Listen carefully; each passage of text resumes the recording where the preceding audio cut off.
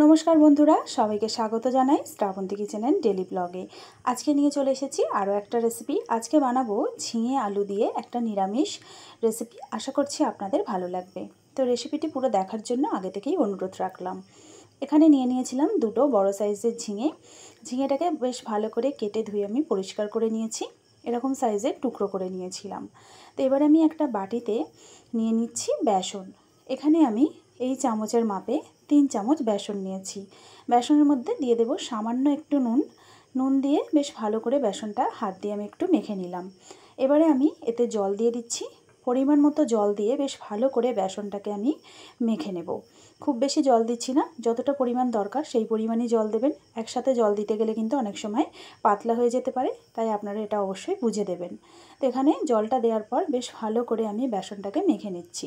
বেশ ভালো করে এরকমভাবে হাত দিয়ে একটু ফেটে নেবেন, তাহলে কিন্তু বড়াগুলো বেশ ভালো ফুলবে।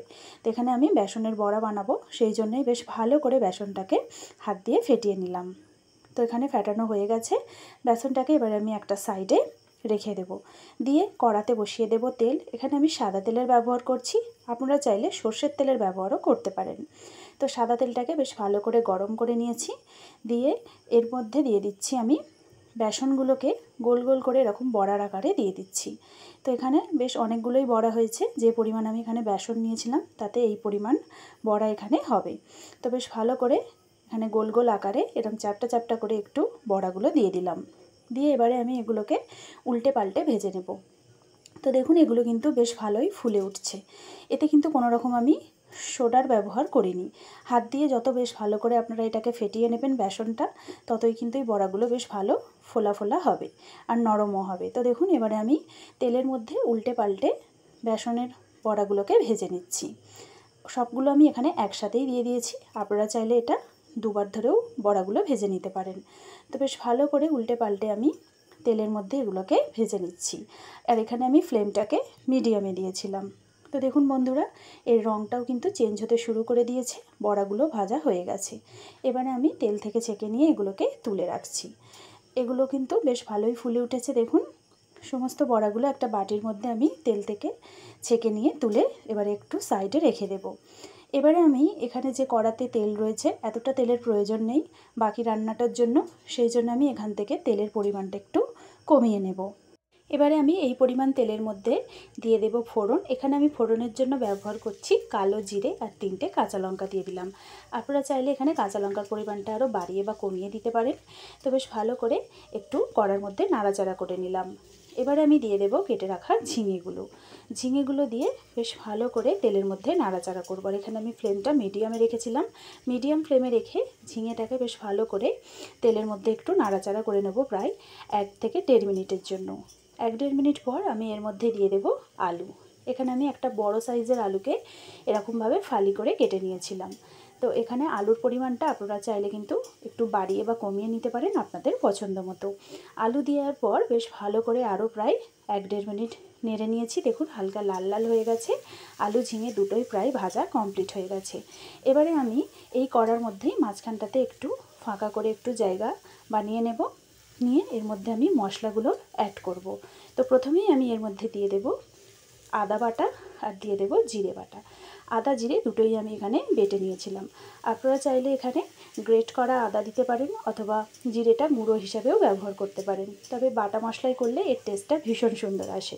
সেই জন্য এখানে আমি আদা জিরে দুটোই 1 চামচ করে এখানে বেটে নিয়েছিলাম।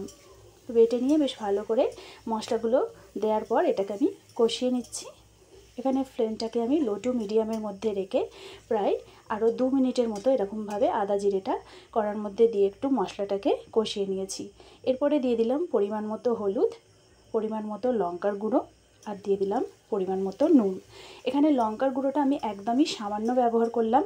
যে যেরকম ঝাল খান সেই অনুযায়ী দেবেন। তবে ঝিঙের তরকারি একটু মিষ্টি মিষ্টি হলেই ভালো লাগে, সেই জন্য আমি এখানে লঙ্কার পরিমাণটা খুবই সামান্য রঙের জন্য দিয়েছি। তো বেশ ভালো করে সমস্ত মশলাটা দিয়ে আলু আর ঝিঙেটাকে কষিয়ে নিলাম। এবার আমি এর মধ্যে দিয়ে দেব জল। এখানে আমি এই গ্লাসের মাপে টোটাল আমি 1 গ্লাস জল দেব। প্রথমে অল্প জল দিয়েছিলাম, তারপরে আর একটু সামান্য জল দিয়ে দিলাম। ঝিঙে থেকেও যেহেতু জল বেরোবে সেই জন্য কিন্তু অল্প করেই জলটা দিয়েছি। আর যেহেতু বড়াগুলো দেব সেদ্ধ হবে, সেই জন্য কিন্তু জলের পরিমাণটা এরকম রেখেছি। এরপরে আমি ভেজে রাখা বেসনের বড়াগুলো সমস্তটাই এই তরকারির মধ্যে দিয়ে দেব, ঝিঙে আলুর তরকারিতে। এবারে একটু ভালো করে খুন্তির সাহায্যে একটু মিক্স করে দিলাম বড়াগুলোকে, কারণ বড়াগুলো কিন্তু সেদ্ধ হবে। এবারে এটাকে আমি চাপা দিয়ে দেবো। দেখুন এটা ফুটে উঠেছে, আর এটাকে এবারে আমি চাপা দিয়ে দেবো মিডিয়াম ফ্লেমে প্রায় 2 মিনিটের জন্য। 2 মিনিট পর এবারে আমি ঢাকনা খুলে আপনাদের দেখাচ্ছি। দেখুন জলটা অনেকটাই টেনে গেছে, আর ঝিঙে থেকেও কিন্তু বেশ খানিকটা জল বেরিয়েছে, সেই জন্য কিন্তু তরকারিটা এখনও শুকনো শুকনো পুরোপুরি হয়ে যায়নি। তো এবারে বেশ ভালো করে নাড়াচাড়া করে নিলাম, আর আলু আর ঝিঙে সেদ্ধ হয়েছে কিনা, বড়া সমস্তটাই এখানে চেক করে নেব। আলু, ঝিঙে, বড়া সবটাই সেদ্ধ হয়ে গেছে। আমি তরকারিতে এক্সট্রা করে কোনো রকম চিনির ব্যবহার করিনি। যারা একটু মিষ্টি মিষ্টি খেতে পছন্দ করেন তারা কিন্তু এখানে একটু সামান্য পরিমাণ চিনি দিয়ে দিতে পারেন। তরকারিটা কিন্তু এরকমই একটু ঝোলঝোল হবে, কারণ এরপরে ঠান্ডা হয়ে গেলে বড়াগুলো কিন্তু আরেকটু গ্রেভি টেনে নেবে, সেই জন্য এরকম একটু ঝোলঝোল রেখেছি। তো বন্ধুরা, আপনারাও বাড়িতে বানিয়ে ফেলুন এরকম ঝিঙে আলু বড়ার নিরামিষ তরকারি। ভাত রুটির সাথেও এটি খেতে ভীষণ ভালো লাগে। গরমের দিনে এই রেসিপিটি অবশ্যই আপনারা ট্রাই করুন। ভালো লাগলে লাইক করবেন, এরকম রেসিপি দেখতে চাইলে চ্যানেলটিকে সাবস্ক্রাইব করবেন, আর পাশে থাকা বেল আইকনটি প্রেস করবেন। Thank you so much.